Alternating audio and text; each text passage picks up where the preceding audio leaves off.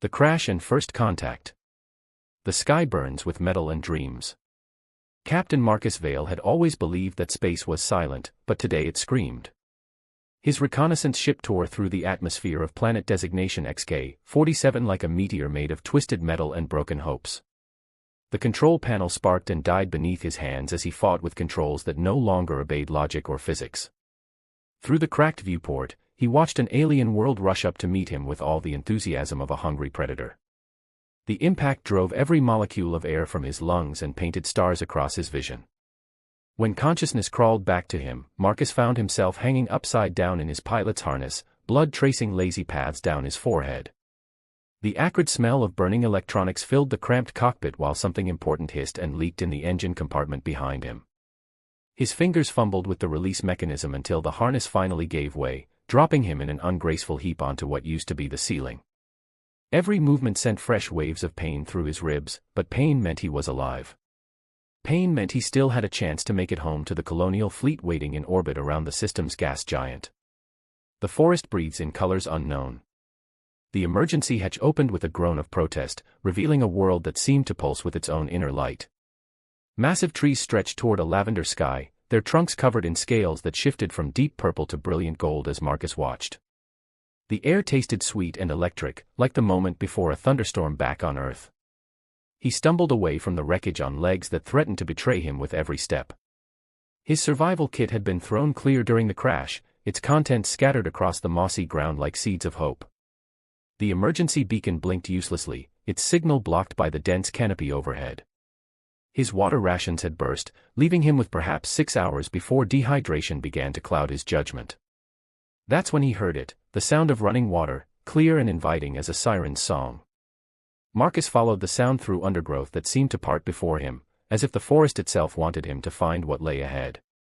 Vines heavy with luminous flowers brushed against his torn uniform, leaving trails of glittering pollen that made his skin tingle with unfamiliar sensations. The guardian appears like living starlight. The waterfall took his breath away more effectively than the crash had. It cascaded down a cliff face of pure crystal, each droplet catching and fracturing the alien sunlight into rainbows that danced across the pool below. The water itself seemed to glow from within, pulsing with soft blue light that matched the rhythm of his own heartbeat. Marcus dropped to his knees at the water's edge, cupping his hands to drink, when movement caught his eye. She emerged from behind the falls like something born from dreams and starlight, her skin a pale blue-white that seemed to contain its own luminescence. Crystalline formations grew along her arms and shoulders, not like disease or mutation, but like jewelry crafted by nature itself. Her eyes were the color of deep space, dark and infinite, studying him with an intelligence that made his military training seem suddenly inadequate. She stood perhaps 6 feet tall, humanoid but unmistakably alien, with features that were beautiful in a way that had no earthly comparison. Her hair flowed like liquid silver, moving as if underwater even in the still forest air. The test of worthiness begins. The alien woman stepped into the pool, her feet making no sound as they touched the glowing water. She moved with fluid grace toward him, stopping just within arm's reach. Her gaze never left his face as she knelt and placed her hands on the water's surface. The liquid responded to her touch, swirling into patterns that spoke of ancient rituals and tests older than human civilization. She spoke no words, but her intent was clear as starlight. The water was sacred, and he was an intruder. Yet instead of driving him away, she offered him a choice. Her hands moved in gestures that transcended language, pointing to the water, then to him, then to herself. She would not drink until he proved himself worthy. Marcus understood instinctively that this was no mere politeness but a test that would determine whether he lived or died on this alien world. His throat burned with thirst, and the glowing water called to him like salvation itself.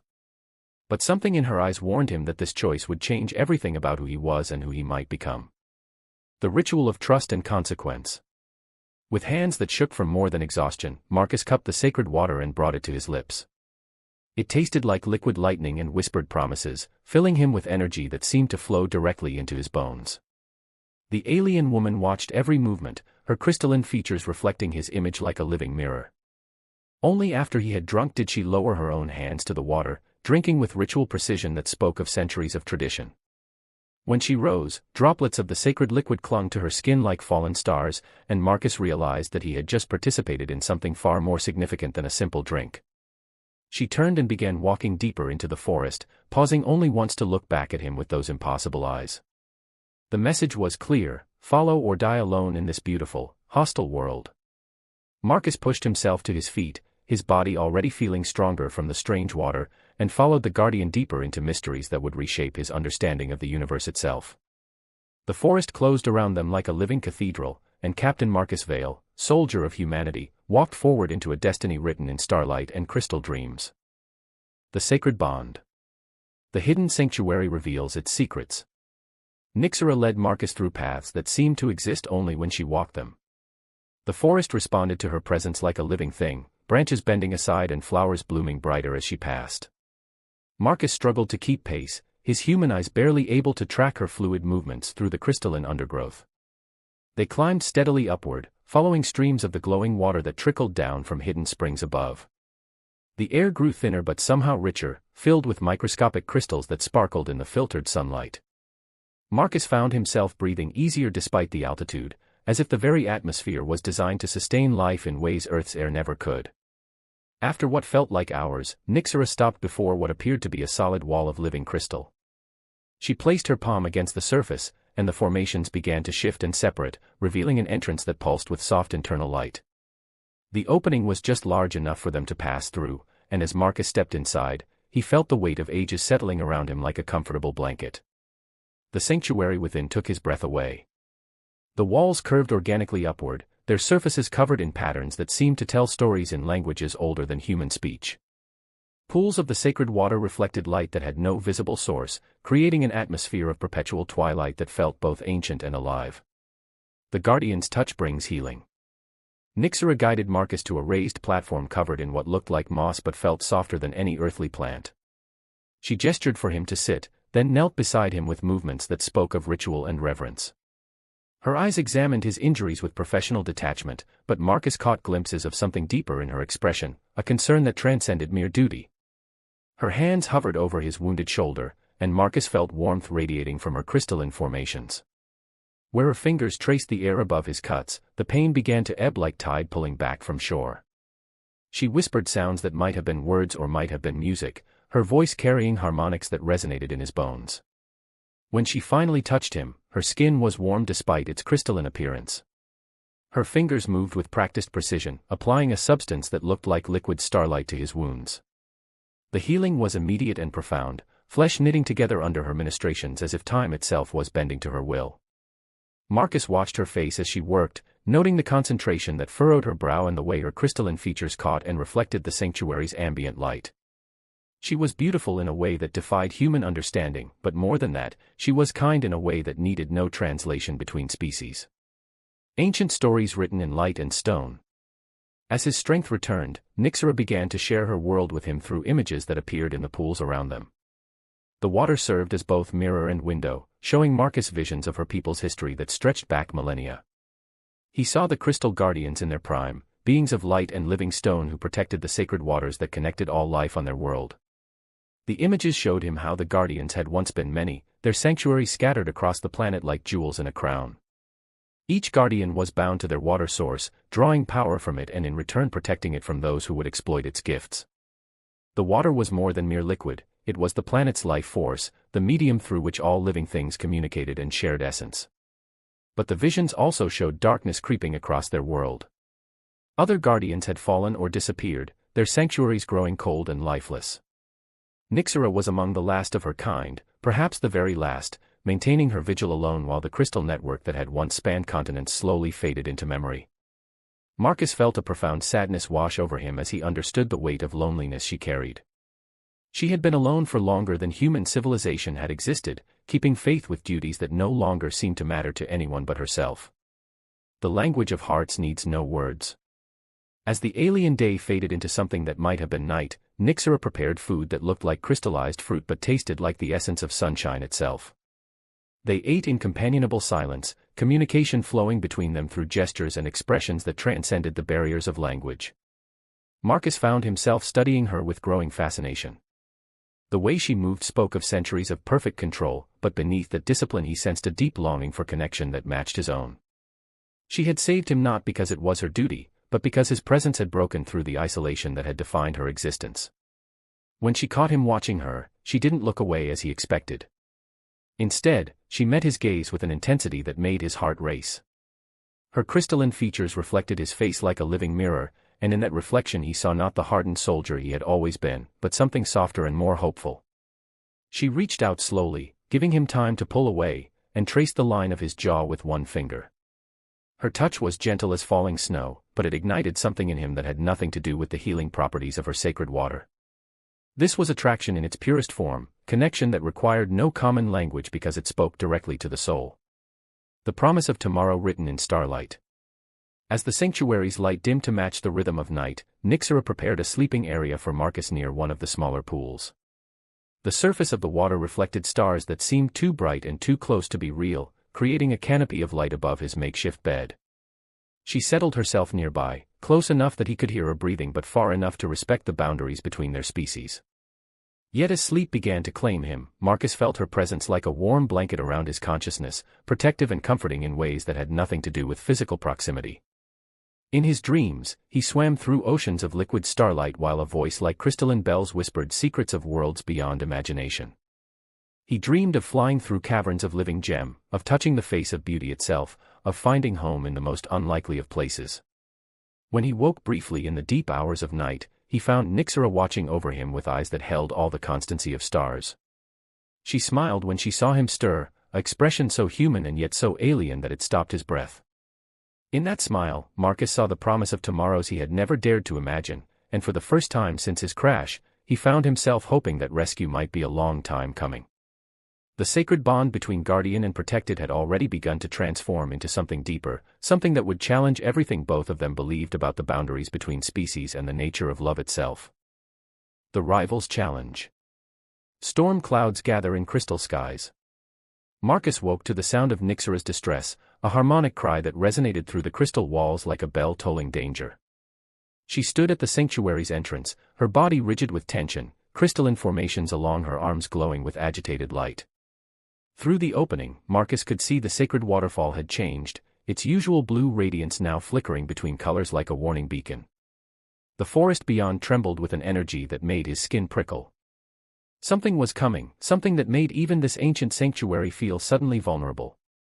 Nyxera's silver hair whipped around her face as if caught in an invisible storm, and when she turned to look at him, her dark eyes held fear for the first time since they had met. She gestured urgently toward the deeper chambers of the sanctuary, but before Marcus could move, the entrance filled with a presence that made the very air seem to thicken. A figure emerged from the crystalline passage, tall and imposing, with features that were clearly of Nyxera's species but harder, more angular, like stone carved by centuries of bitter wind. Korath stepped into their sanctuary with the confidence of someone who had every right to be there, his crystalline formations darker than Nyxera's, shot through with veins of deep red that pulsed like a slow heartbeat. His eyes, the color of dying stars, fixed on Marcus with undisguised contempt before shifting to Nyxera with something that might have been disappointment or betrayal. The rival speaks in voices of ancient authority. When Korath spoke, his voice carried the weight of eons, each word resonating through the sanctuary's walls like thunder in a mountain cave. Though Marcus couldn't understand the language, the tone was unmistakable: accusation, anger, and something deeper that sounded like heartbreak wrapped in rage. Nyxera responded with sounds that were music and argument combined, her crystalline features bright with defiance.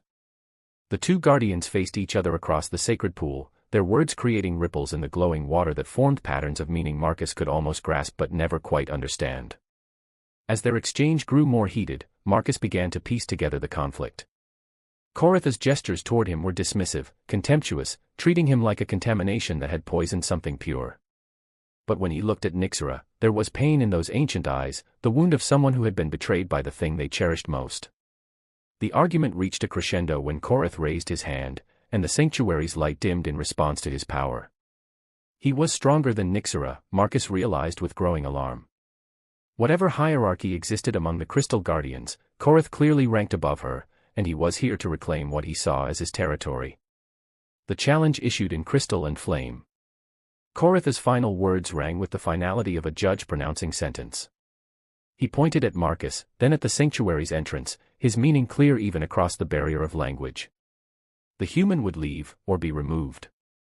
Nyxera's response was immediate and fierce, stepping between them with her arms spread wide, her own crystalline formations blazing with protective light.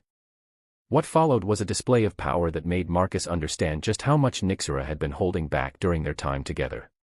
Energy flowed between the two guardians like visible lightning, their crystalline formations resonating in harmonics that made the sanctuary walls sing. The sacred pools began to churn, their glowing waters rising in impossible spirals that defied gravity. But Korath was relentless, his darker crystals absorbing and redirecting Nyxera's light with practiced ease. He was winning, and they all knew it. That's when he did something that made Marcus's blood run cold. He smiled, and in that smile was the cruel satisfaction of someone about to take away everything his opponent held dear. Korath raised both hands, and Marcus felt the pull of some invisible force trying to drag him toward the sanctuary's entrance. The Crystal Guardian's power was wrapping around him like chains, preparing to throw him back into the forest where he would surely die without Nyxera's protection. The human finds his voice in defiance. Stop. Marcus's voice cut through the supernatural battle like a blade through silk. Both guardians turned to stare at him, surprised by the strength in his tone. He stood slowly, feeling the weight of their ancient power pressing against him, but refusing to yield. I don't know your language, Marcus said, addressing Korath directly, but I know what you're doing. You're trying to separate us because you think I'm not worthy of her protection. You think I'm just some primitive alien who stumbled into your sacred space. Korath's expression didn't change, but Marcus saw understanding flicker in those dying star eyes. The Guardian could comprehend his words, even if he couldn't or wouldn't respond in kind. You're wrong, Marcus continued, stepping closer despite the energy that crackled between them. I may not have crystals growing from my skin or power over your sacred waters, but I have something you don't. I have gratitude. I have respect. And I have feelings for her that you clearly never bothered to develop. The accusation hit home. Korath's crystalline formations flared with angry light, and Marcus realized he had touched on something deeper than mere territorial dispute. This wasn't just about protecting sacred spaces, this was about love, jealousy, and the pain of watching someone you cared about choose another. The trial of worth begins in earnest. Korath spoke again, his voice now carrying a different tone. Challenge rather than dismissal, the sound of someone offering a chance at redemption rather than immediate destruction. Nyxera responded with what sounded like protest, but Korath's gesture cut her off with the authority of ancient law. The rival guardian moved to the center of the sanctuary, his hands weaving patterns in the air that made the very space around them shift and change. The walls expanded, the ceiling soared higher, and the floor became a circle of polished crystal that reflected not their images but their inner selves. Marcus saw himself as Korath saw him, a fragile creature of flesh and bone, dependent on technology and violence to survive. But he also saw what Nyxera saw, someone capable of growth, of change, of becoming more than the sum of his origins. The reflection showed not just what he was, but what he could become. Korath's challenge was simple and terrible: prove that a human was worthy of a guardian's love, or forfeit any claim to her protection. The trial would test not just Marcus's strength or courage, but his capacity to understand and protect the things that mattered most to the Crystal Guardians. Love declares itself in desperate hours.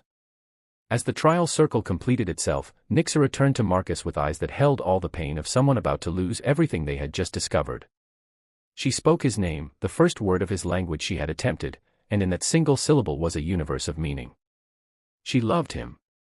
Not just as a guardian loves the thing she protects, but as a woman loves a man, as a soul recognizes its match in another. The revelation blazed between them like a star being born, beautiful and terrible in its intensity. Korath saw it too, and his expression shifted from anger to something that might have been understanding. He had loved her once, Marcus realized, perhaps loved her still.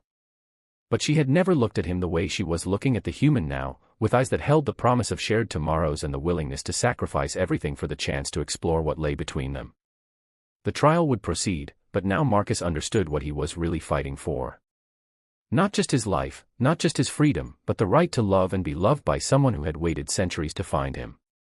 As the crystal circle blazed to life around them, Marcus stepped forward to face whatever challenges Korath would set before him, carrying with him the strength that comes only from having something worth fighting for. The battle for Nyxera's heart was about to begin in earnest. The ancient secret. Thunder speaks in metal voices above. The trial circle blazed with crystalline fire when the sky erupted in thunder that had nothing to do with weather. Through the sanctuary's opening, Marcus saw shapes cutting through the alien atmosphere, their engine trails writing human ambition across the lavender sky. 3 military dropships descended toward the forest with the subtle grace of falling hammers, their sensors no doubt locked onto his emergency beacon's final transmission. Koritha's trial dissolved instantly as both Guardians turned toward the intrusion, their ancient conflict forgotten in the face of this new threat. The rival Guardians' dark crystals pulsed with alarm while Nyxora's formations flickered between protective blue and warning red. They had both sensed something in those approaching ships that made even their supernatural powers seem suddenly inadequate. Marcus felt his heart sink as he recognized the lead vessel's configuration. General Harrison Beck's personal command ship, bristling with enough firepower to level a small city. Behind it flew Dr. Theodore Wynn's research vessel, its hull studded with scanning equipment that could analyze alien technology from orbit. The third ship was pure military muscle, a troop transport that spoke of extraction protocols and acceptable losses. The rescue he had once prayed for now felt like a disaster rushing toward them at terminal velocity. Everything about the approach screamed military efficiency and scientific exploitation, the twin hammers that had forged humanity's expansion across the stars. They had come for him, but they would take so much more. The General's landing brings Earth's ambitions. General Beck strode from his dropship like a man who had never met a world he couldn't conquer, his dress uniform immaculate despite the alien environment.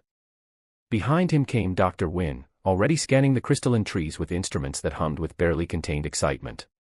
The soldiers who deployed from the third ship moved with practiced precision, establishing a perimeter that spoke of protocols written in the blood of first-contact disasters.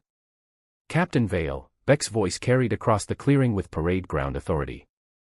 Stand down and report. We're here to extract you from this hostile environment. Marcus stepped from the sanctuary's entrance, acutely aware of Nyxora and Korath watching from the shadows behind him. The crystalline formations that lined the waterfall had gone dark, as if the sacred waters themselves were hiding from the newcomers. Even the forest seemed to hold its breath, waiting to see what these metal-clad strangers would bring to their world. General Beck, Dr. Wynn, Marcus saluted, though everything in him rebelled against the gesture. I'm alive and uninjured, sir. The locals have been helpful. Wynn's scanners suddenly exploded with activity, their readings so intense that the scientist nearly dropped his equipment. Impossible, he breathed, staring at his displays. Harrison, look at these energy signatures. The crystalline formations are generating power levels that shouldn't be possible with any known technology. The general's eyes sharpened with the predatory focus that had made him legendary in the outer colonies. What kind of power, Doctor? Science reveals the universe's greatest secret. Dr. Wynn's hands trembled as he adjusted his instruments, his academic composure cracking under the weight of discovery. The crystals are manipulating spacetime itself, creating localized distortions in the quantum foam. General, these formations could be the key to instantaneous travel across galactic distances. We're looking at technology that makes our best faster-than-light drives look like stone axes. The words hit the clearing like a physical blow. Marcus saw Koritha's expression darken with understanding while Nyxora's crystalline features blazed with protective fury.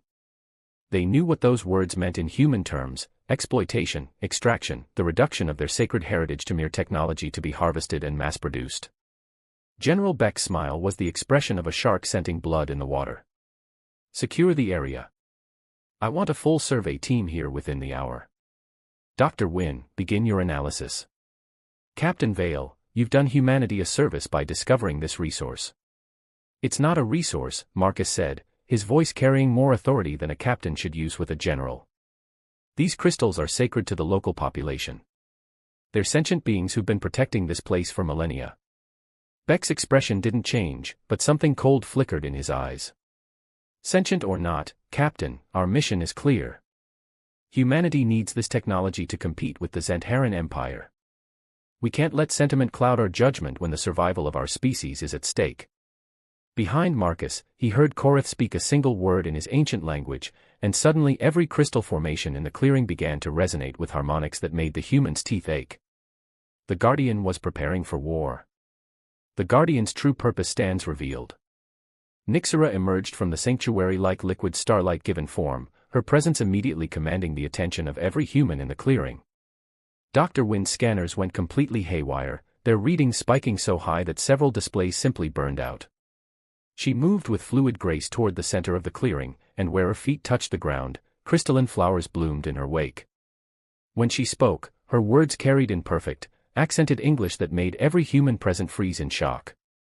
"I am Nyxera, guardian of the Crystal Falls, keeper of the ancient ways, and the last of my kind to walk freely among the stars. You speak of taking our sacred stones as if they were mere minerals, but you understand nothing of what you have found." General Beck recovered first, his hand moving instinctively toward his sidearm. "You can speak our language. How long have you been monitoring our communications?" "I learned it from him," she said, indicating Marcus with a gesture that somehow managed to be both protective and possessive. "Your language, your thoughts, your dreams. The crystals you seek to steal are not just sources of power. They are the preserved consciousness of my people, the wisdom of 1 billion years of existence crystallized into forms that can survive the death of stars." Dr. Wynne stepped forward, his scientific excitement overriding his caution. "Consciousness storage in crystal matrices. The implications are staggering. We could learn to transfer human consciousness, achieve true immortality. You could learn to destroy everything that makes consciousness worth preserving." Koritha's voice boomed as he joined Nyxera in the clearing. His darker crystals pulsed with barely contained power, and the very air around him began to shimmer with heat distortion. The choice between worlds crystallizes.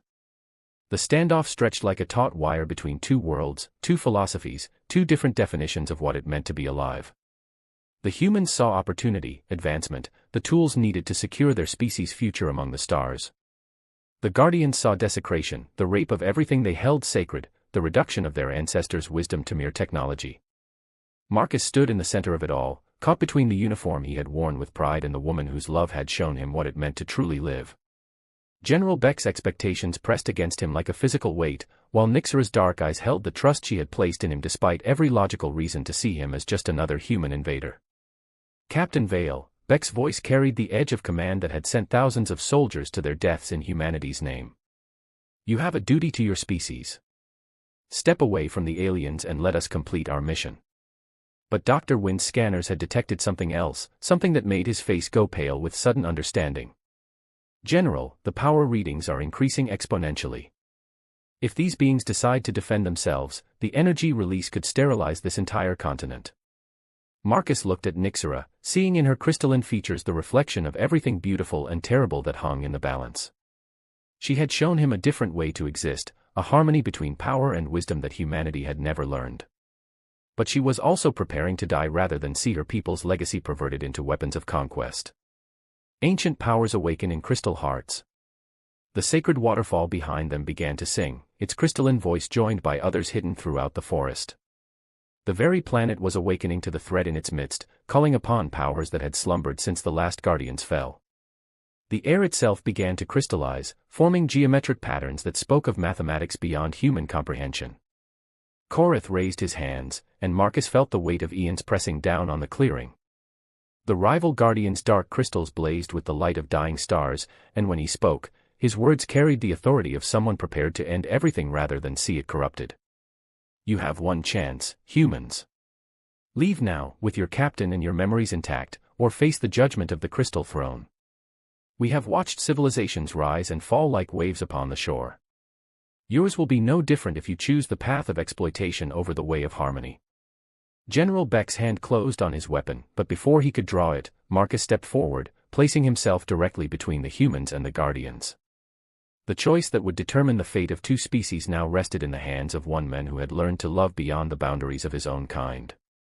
The crystal song grew louder, and in its harmonics, Marcus heard the voices of the dead calling for justice, the living crying for protection, and somewhere in the middle, the possibility of a future where love might bridge the gap between worlds that seemed destined for war. The choice of hearts. The moment of truth blazes in crystal fire. Marcus stood in the space between worlds, feeling the weight of two civilizations pressing against his shoulders like the gravity of dying stars. Behind him, the ancient power of the Crystal Guardians built toward a crescendo that would reshape the very fabric of reality. Before him, the cold efficiency of human military might prepared to claim what it saw as rightfully theirs through superior firepower. The sacred waterfall's song had become a roar that made the ground tremble beneath their feet. Every crystal formation in the forest blazed with accumulated power, creating a network of light that stretched beyond the horizon.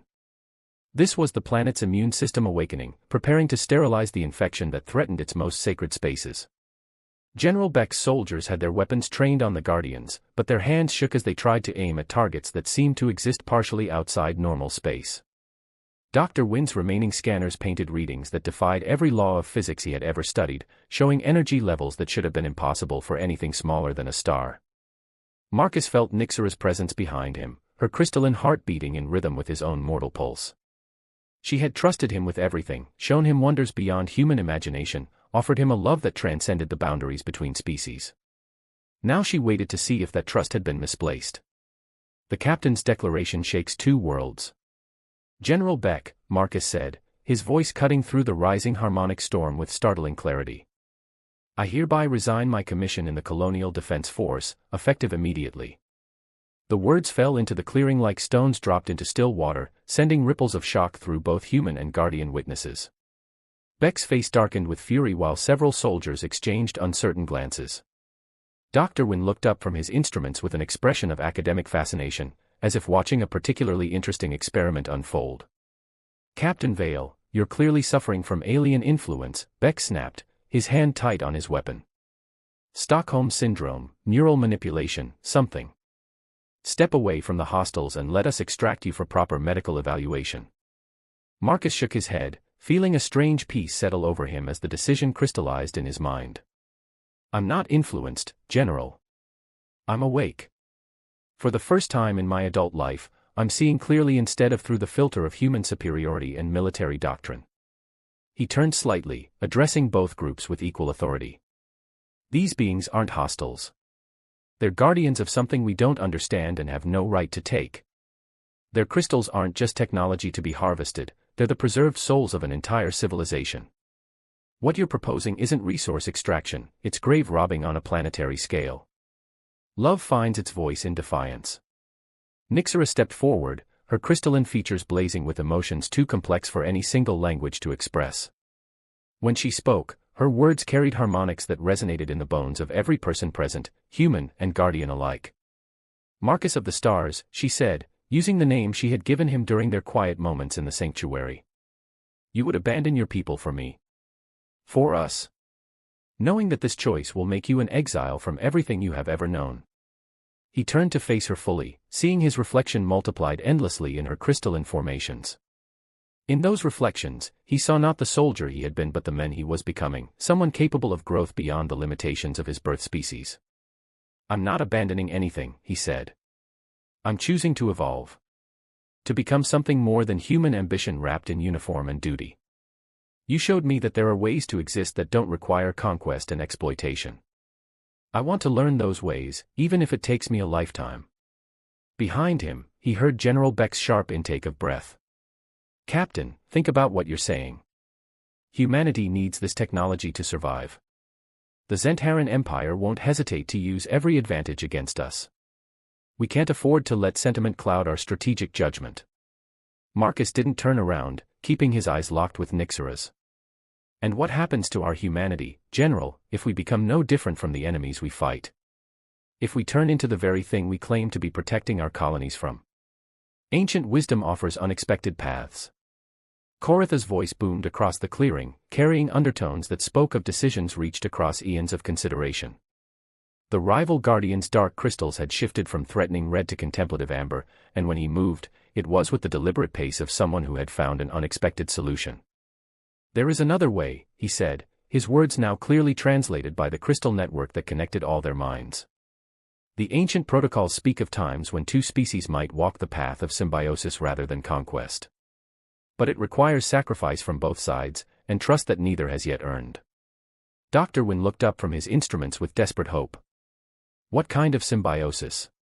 Our species could learn so much from each other. The scientific possibilities alone are staggering. Koritha's gaze shifted to Marcus, and in those ancient eyes was something that might have been respect. The human has shown that his species can produce individuals capable of growth beyond their origins. Perhaps they are not all the destroyers we have feared. He gestured toward the sacred waterfall, and the crystal formations began to sing in new harmonies, patterns of sound that spoke of cooperation rather than conflict. We offer knowledge freely given rather than taken. Understanding shared rather than stolen.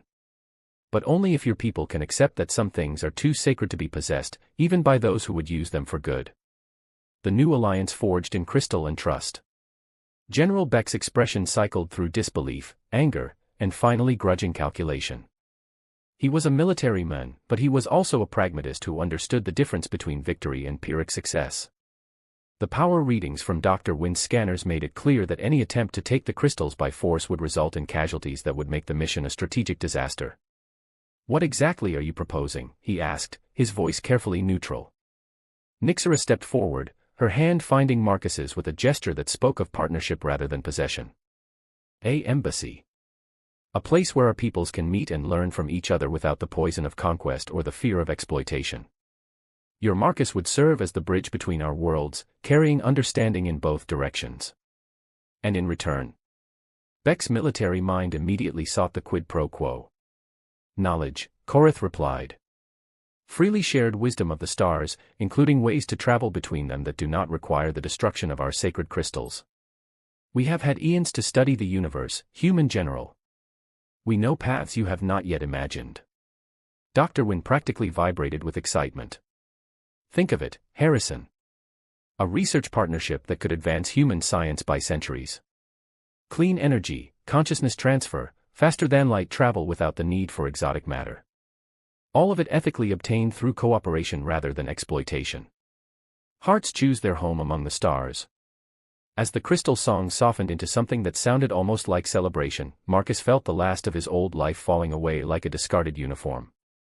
The man who had crashed on this world in a burning ship was gone, replaced by someone who had learned that love could transcend not just the boundaries between species, but the limitations of what it meant to be human. Nyxera's hand in his felt like coming home after a lifetime of wandering.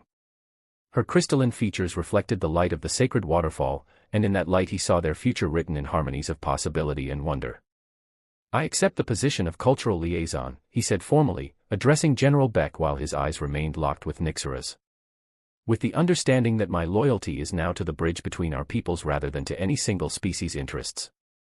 Beck nodded slowly, recognizing the political reality of the situation. "The Colonial Council will need to ratify any formal agreement, but I have the authority to establish preliminary relations. Dr. Wynne will serve as our scientific attaché, and will establish a small research station at a respectful distance from the sacred sites." Korith's approval rumbled through the clearing like distant thunder. "It is agreed. Let this be the first step toward understanding between the children of Earth and the guardians of Crystal. May both species grow wise through the joining of their paths. New beginnings written in starlight and promise." As the human ships departed to begin the complex process of establishing formal diplomatic relations, Marcus stood with Nyxera beside the sacred waterfall, watching the alien sunset paint the sky in colors that had no earthly names. The crisis had passed, replaced by the harder but more rewarding work of building bridges between civilizations. "Are you certain of your choice?" Nyxera asked, her voice carrying the musical tones that had become as familiar to him as his own heartbeat. "Your people will welcome you back if you change your mind. The path you have chosen will not be easy." Marcus smiled, feeling peace settle into his bones like the warmth of the sacred waters. "I've never been more certain of anything. I didn't just choose you, Nyxera. I chose to become more than I was, to grow beyond the limitations I was born with. That's what love really is, isn't it? The willingness to become worthy of what we're given." She leaned against him, her crystalline formations casting gentle rainbows across the water's surface.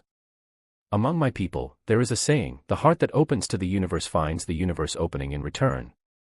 You have shown me that this truth applies even across the spaces between stars." Above them, the first human research vessel appeared as a distant star against the darkening sky, carrying Dr. Wynne and his team to begin the delicate work of interspecies cooperation. It was a small step toward a future none of them could yet imagine, but it was a beginning. As night fell over the crystal falls, Marcus and Nyxera walked hand in hand into the sanctuary they would now share, carrying with them the hopes of two species and the promise that love could indeed bridge any gap, no matter how vast the space between worlds. The Guardian and her chosen protector had become something new together, and in their union lay the seeds of understanding that would reshape the galaxy itself. Epilogue: The Legacy of Two Worlds. 5 years later, the Embassy of Stars. The morning sun cast rainbow patterns through the crystalline dome of the interspecies embassy, painting the walls with colors that shifted like living art. Marcus stood at the observation deck, watching human children play alongside young guardians in the gardens below, their laughter creating harmonies that the crystal formations translated into music only the heart could truly understand. The embassy had grown far beyond anyone's initial vision, becoming not just a diplomatic outpost but a thriving community where two species learned to build something entirely new together. The architecture itself was a fusion of human engineering and guardian crystal shaping, creating structures that seemed to grow from the earth while reaching toward the stars with impossible grace. Nyxera approached from behind, her crystalline formations now showing veins of warm gold that hadn't been there when they first met. The changes were subtle but significant, marks of happiness and fulfillment that her people's physiology recorded like living jewelry. Her pregnancy was beginning to show, a gentle curve that spoke of miracles neither species had believed possible until Dr. Win's breakthrough discoveries about genetic compatibility through crystal-mediated adaptation. "The morning council is gathering," she said, her voice carrying the musical tones that had become second nature to him over the years. "Representatives from 3 more human colonies have requested guardian advisors for their environmental restoration projects." Marcus smiled, remembering the skepticism that had greeted their first reports of successful human-guardian cooperation. Now, their model was being replicated across human space, with guardian volunteers helping to heal worlds damaged by industrial exploitation while humans provided technological solutions to challenges the crystal shapers had faced for millennia. The children of 2 species discover wonder. In the gardens below, Marcus watched their adopted daughter Zara demonstrate her unique abilities to a group of fascinated human visitors. At 8 years old, she was the first human child to show natural compatibility with crystal resonance, able to communicate with the guardian formations through touch and song. Her abilities had sparked intense scientific interest and deeper questions about the future of human evolution. Beside her, young Kirith, Koritha's grandson and Nyxera's appointed successor, practiced the delicate art of crystal growing under the watchful eye of Dr. Win, who had become as much guardian as scientist over the years. The old researcher's hair had gone completely white, but his eyes blazed with the enthusiasm of someone who discovered something new about the universe every single day. "The children adapt faster than we ever imagined," Nyxera observed, her hand finding his with the easy intimacy of partners who had weathered storms and emerged stronger. "They see no barriers where we once saw walls." Perhaps that is the true gift of this union, not the technology or the knowledge, but the perspective of those who grow up believing that cooperation across species is simply natural. Through the crystal network that now connected his consciousness to the greater guardian community, Marcus felt the approval of the ancient ones whose wisdom had been preserved in crystalline form. Even Korith, who had initially opposed their union, now served as one of Marcus's closest advisors, his rivalry transformed into protective friendship over the years. Scientific marvels born from harmony. Dr. Win burst into the observation deck with the barely contained excitement that had become his trademark over the past 5 years. His arms were full of data tablets and crystal samples, the tools of a research program that had revolutionized both species' understanding of the universe. "Marcus, Nyxera, you have to see this," he exclaimed, nearly dropping his equipment in his enthusiasm. "The resonance patterns from the newest hybrid crystals are showing stable faster-than-light communication across galactic distances. We're not just talking about instantaneous travel anymore, we're looking at a communication network that could connect every inhabited world in known space." The implications were staggering. The Guardian Crystal Network, enhanced by human technological innovation, was evolving into something that could unite civilizations across impossible distances. Trade, culture, knowledge, and understanding could flow between worlds as easily as thoughts flowed through the crystal matrix. "The Zentaran Empire has sent formal diplomatic overtures," Dr. Win continued, his voice dropping to awed whispers. "They want to discuss joining the network. Marcus, we're witnessing the birth of the first truly galactic civilization, and it's based on cooperation rather than conquest." Nyxera's crystalline features glowed with satisfaction that resonated through every formation in the embassy. "My ancestors dreamed of such unity, but they believed it would require eons to achieve. You humans, with your gift for rapid adaptation and innovation, have compressed centuries of development into mere years. The ripple effects transform galaxies." As they moved through the embassy toward the morning council session, Marcus marveled at how much had changed since that desperate day when he'd crashed into Nyxera's world. The halls bustled with beings from dozens of species, all drawn by news of the Human Guardian Alliance and eager to explore what cooperation might offer their own civilizations. The Andorian Collective had established permanent cultural exchanges, their hive-mind intelligence finding unexpected synergy with the Guardian Crystal Network. The nomadic Star Weavers had begun incorporating crystal technology into their generation ships, creating mobile worlds that could sustain themselves indefinitely among the stars. Even the mysterious Voidborn had emerged from their dimensional hiding places to study the implications of consciousness preservation in crystalline form. "Sometimes I wonder if we knew what we were starting," Marcus said as they passed a group of Xantaran diplomats deep in discussion with Guardian elders about establishing the first inter-empire crystal relay station. "The universe has a way of growing beyond our intentions," Nyxera replied, her hand resting protectively over their unborn child. "Perhaps that is what love truly is, the willingness to plant seeds knowing that the garden they grow will be more beautiful than anything we could have planned." Personal joy amidst galactic change. The council session proceeded with the efficient harmony that had become the embassy's trademark, but Marcus found his attention drawn repeatedly to Nyxera's gentle glow of contentment. Their child would be something unprecedented, the first natural hybrid between their species, a living bridge between worlds that would grow up fluent in both flesh and crystal, thought and song. Dr. Wynn's preliminary scans suggested abilities that neither species possessed alone, the Guardian's crystalline consciousness storage combined with human adaptability and innovation. Their daughter, for the scans indicated a female child, would be able to interface directly with both organic and crystal-based life forms, potentially serving as a translator not just between species but between entirely different forms of consciousness. "Have you chosen a name?" Korath asked during a break in the proceedings, his ancient features showing the warmth that had replaced his initial hostility. Over the years, the rival Guardian had become not just an ally but something approaching a father figure, his protective instincts extending to encompass Marcus as family rather than interloper. "Lumina," Nyxera said, her voice carrying harmonics of joy that made every crystal in the room resonate with sympathetic music. "It means Lightbringer in the ancient Guardian tongue, but also carries connotations of hope and new beginnings in human languages." Marcus felt his throat tighten with emotion as he contemplated the future their daughter would inherit, a galaxy where cooperation replaced conflict, where differences were celebrated rather than feared, where love truly could bridge any gap between hearts seeking connection. The eternal promise written in stars. As the day's formal business concluded and evening approached, Marcus and Nyxera returned to their private quarters in the embassy's highest tower. The room was a perfect fusion of their two worlds, human technology seamlessly integrated with Guardian crystal formations that responded to their emotions and needs, creating an environment that adapted itself to promote harmony and comfort.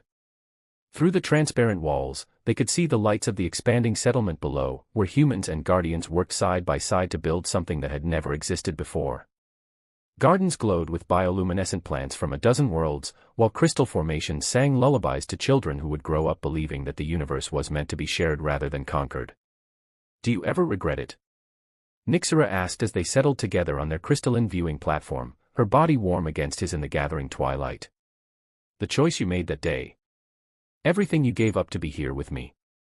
Marcus considered the question seriously, thinking of the military career he'd abandoned, the human society he'd stepped away from, the simpler life he might have lived if he'd never crashed on this world. Then he felt their child move within Nyxera's womb, saw the lights of a dozen species working together in harmony below, and knew his answer with absolute certainty.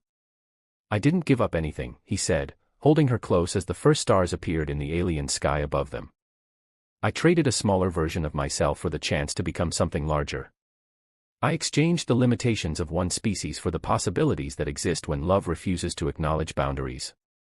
Above them, the crystal network sang its eternal song of connection and hope, carrying their joy across the galaxy to touch the hearts of beings they would never meet but whose lives were richer for the example of what two people could build when they chose love over fear, cooperation over conquest, understanding over dominance.